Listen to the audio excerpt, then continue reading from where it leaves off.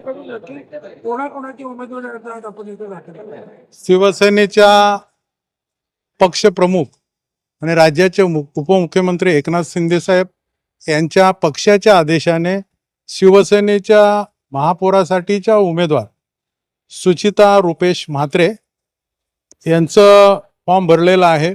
दुसरं फॉर्म आहे बालाराम चौधरी यांचंही महापौरासाठीचं दोन फॉर्म भरलेले आहेत.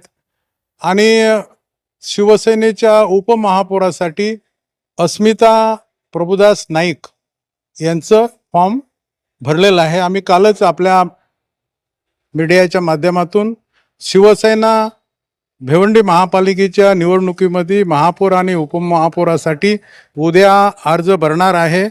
आज अर्ज पक्षाच्या आदेशाने भरलेले आहेत.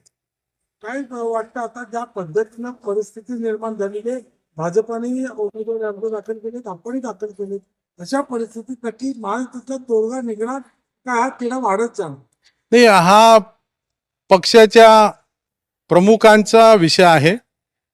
पक्षाचा आदेश होता, आदेशानुसार शिवसेनेचे महापौराचे उपमहापौराचे अर्ज भरलेले आहेत.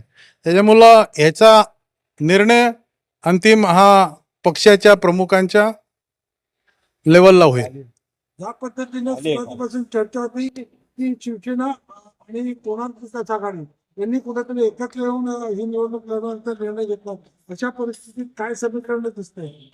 आपल्याला 20 तारखेला ही समीकरण पूर्ण जुळलेली दिसतील आणि आमच्यापेक्षा आपल्याला मीडियाला जास्त माहिती आहे.